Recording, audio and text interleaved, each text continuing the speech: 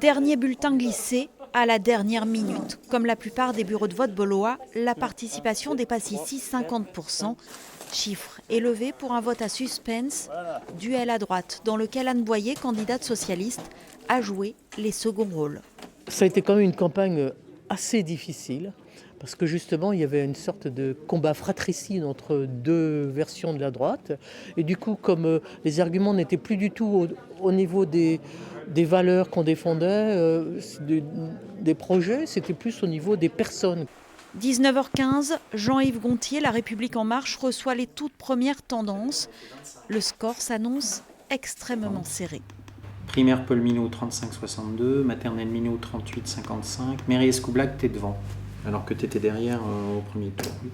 20h30, il n'y a plus aucun doute. Malgré l'alliance avec un autre candidat de droite, Jean-Yves Gontier rate la mairie à quelques centaines de voix.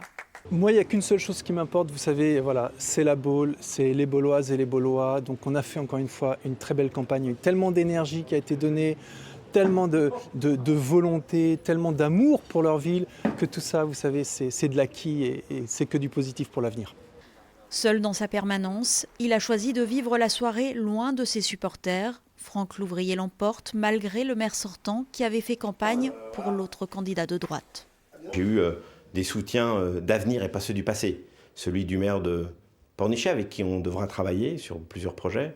J'ai eu celui du sénateur actuel de Loire-Atlantique, Christophe Priou, et puis j'ai eu aussi le soutien de la présidente de la région des Pays de la Loire, Christelle Morancet, avec qui nous avons des projets bien sûr de dimension régionale à l'endroit de la Baule-Escoublac.